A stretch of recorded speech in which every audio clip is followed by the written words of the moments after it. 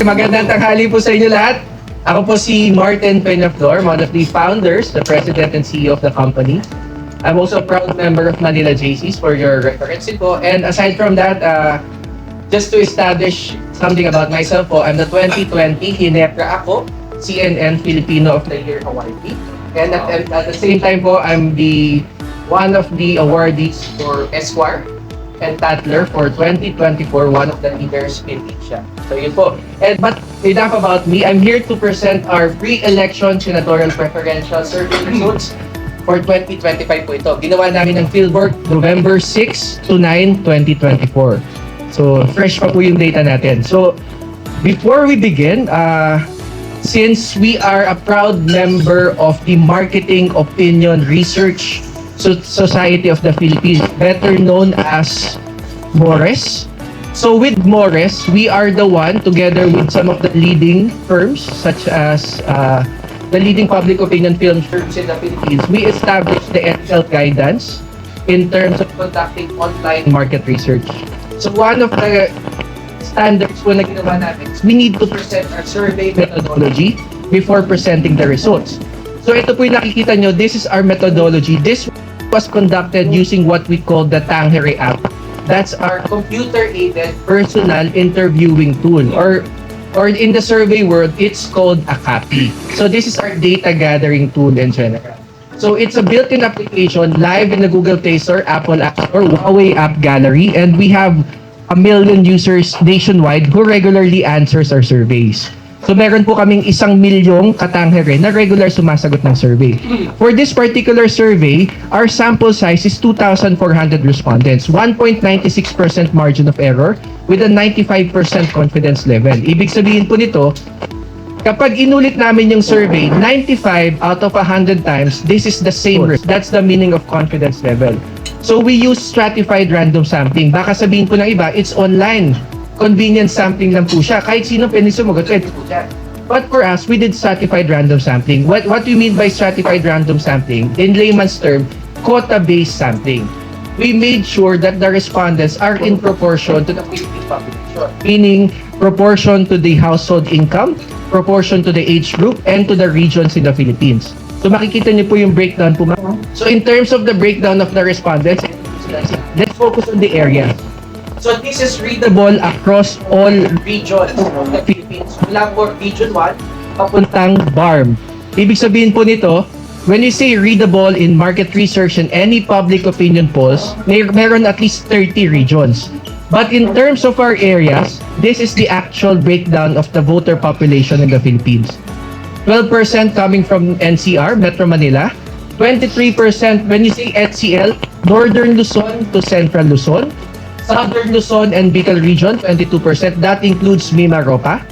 Visayas, 20%. And their largest, of course, Mindanao at 23%. This is the breakdown of our respondents. And makikita nyo din po sa gender natin, 50-50 po yan.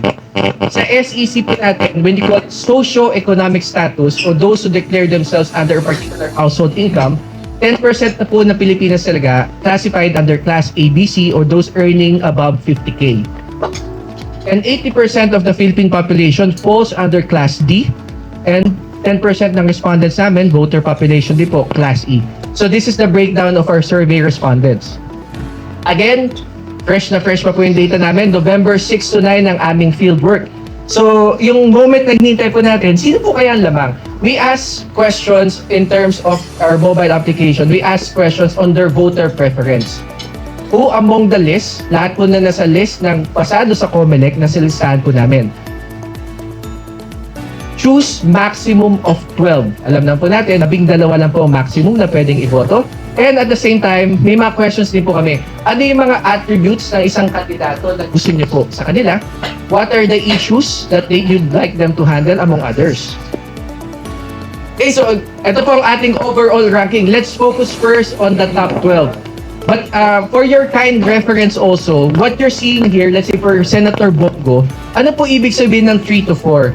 That's within his likelihood ratio po ang tawag po dyan sa statistics. It's within the margin of error. Let's say for example, for the second consecutive month, since we also did a press release in Makati for our October run, yung magkapatid na Tulfo. Axis Representative Erwin Tulfo and Ben Bitag Tulfo scored very high across all demographics. But I'd like to highlight lang po, of course, mataas ang score, particularly ni Congressman Erwin Tulfo across all demographics, but he is, sasabihin ko po, gagamitin ko po yung term na to ngayong tanghali po, statistically significantly lower siya sa age 51 years old and above. Congressman Erwin Tulfo. It's the same also with his brother.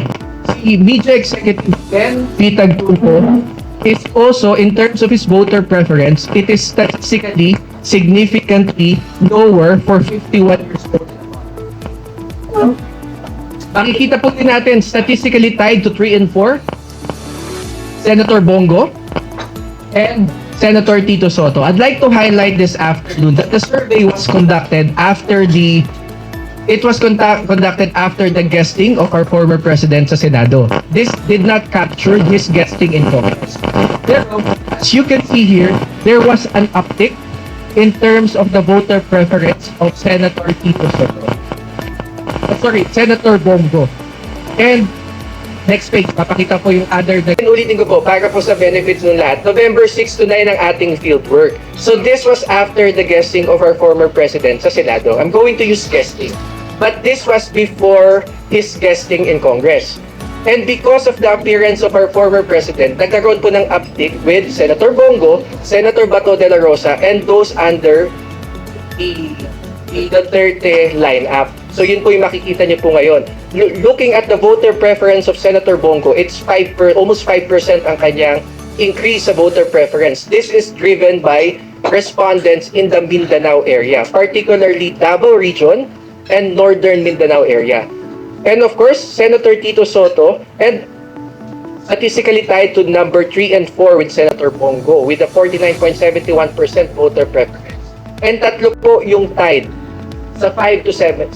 Senator Manny Pacquiao, former Senator Ping Lacson, and incumbent Senator Pia Cayetano. Though, I'd like to highlight here, for this month, bumaba ng almost 6% ang voter preference ni Senator Pia Cayetano.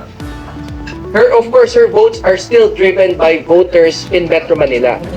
And this is, of course, mamaya may papakita po din ako. We will share additional information po sa inyo. Itinatawag po kaming social media scan. Source of information. Sa anong source of information ng senatorial candidate? Mataas pa din po ang television. 3 out of 4 candidates. Ang tanong po namin, saan ka karaniwang kumukuha ng impormasyon tungkol sa mga kandidato sa pagkasenador? Piliin ang lahat ng kakop sa inyo.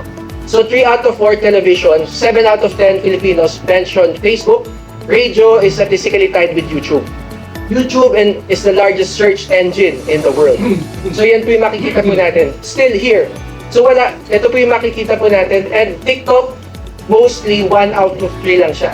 So kung mapapansin niyo po, ang malakas lang po, even though malakas sa TikTok, malakas po sa TikTok si Senator Kiko Pangilinan dahil kay, sino yung pamangkin niya po? Donnie Pangilinan. Malakas po sa TikTok si Bam Aquino, but the TikTok source of information is only 1 out of 3. So even though they're strong in a particular social media outfit, it doesn't reflect. Kasi it's always 3 factors in every voter preference. Yung pong kanilang social media standing, sa inyo po, sa traditional media, and on the ground. And makikita po natin sa on the ground dito, hindi din siya masyadong tinitingnan. Kasi the source of information, printed materials, 14. Like, I'm going to give an example po. Like, kasi we also do face-to-face surveys. We did a face-to-face survey in Bicol, Albay, bago po bumagyo. Ang dami pong poster po doon ng isang kandidato. Sabihin ko na po, si Senator Bong Revilla. Ngayon, si Senator Bong Revilla, ang kanyang poster po doon ay walang matinik na misis, walang matinik na polis sa matigas na misis, something like that po. So it's not, makabaliktad po ako sa title. So it's not in terms of the relatability sa tao, hindi siya relatable. And it's very low in terms of their social, in terms of their billboards out of home advertisement. It's very low in terms of the source of information. Yun po, ang aming survey.